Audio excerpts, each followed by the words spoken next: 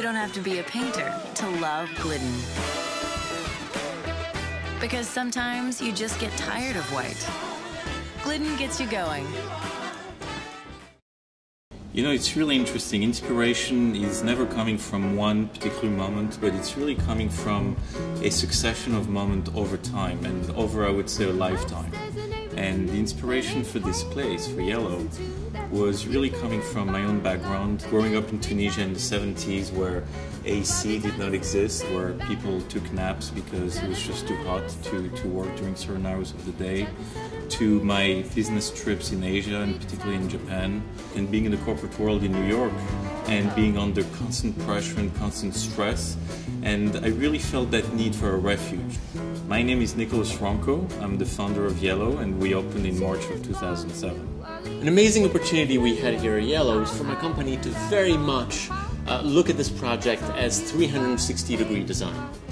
To look at every single experience from branding, marketing, strategy, as well as physical space. So all the decisions that we made were made across all of these disciplines. When people hear about the brand, it all comes from one point of view and is consistent from experience to experience. My name is Stefan Bublil and I'm the creative director of the Apartment Creative Agency here in New York City. So the way I came up with the color for Yelo was actually walking through the RMA Museum in New York, which is a Tibetan Buddhist museum. And I saw this book about Tibetan monks. And they were wearing these robes.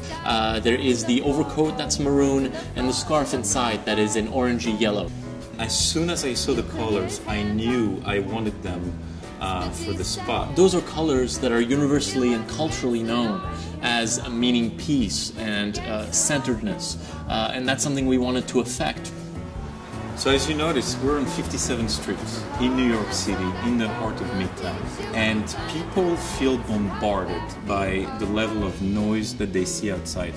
As soon as they come through the door, it's a completely different story.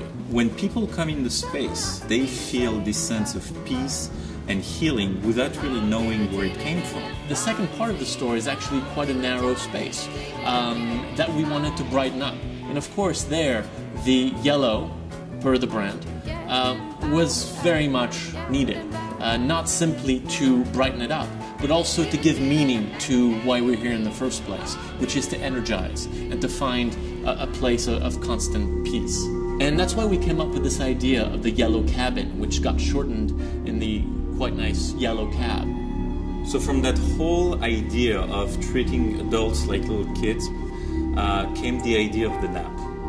I wanted to create a place where they could come back into their cocoon and almost feel like they're in their mom's belly.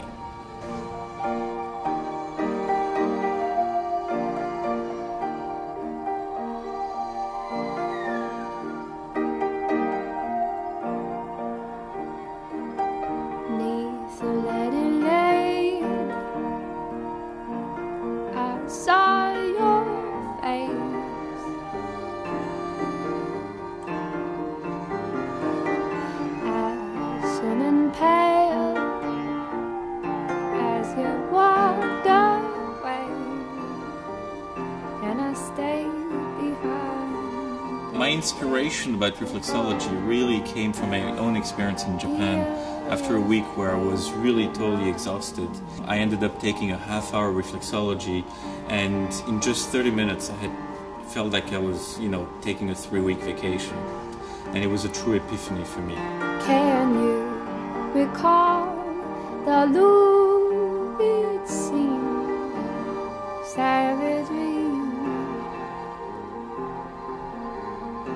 The sea beast, belly up and beast, twice as long as a 7-mast ship. They took him apart with pliers in the ground all day. Took him apart, well, we took several days, and they took him apart, and the townspeople came.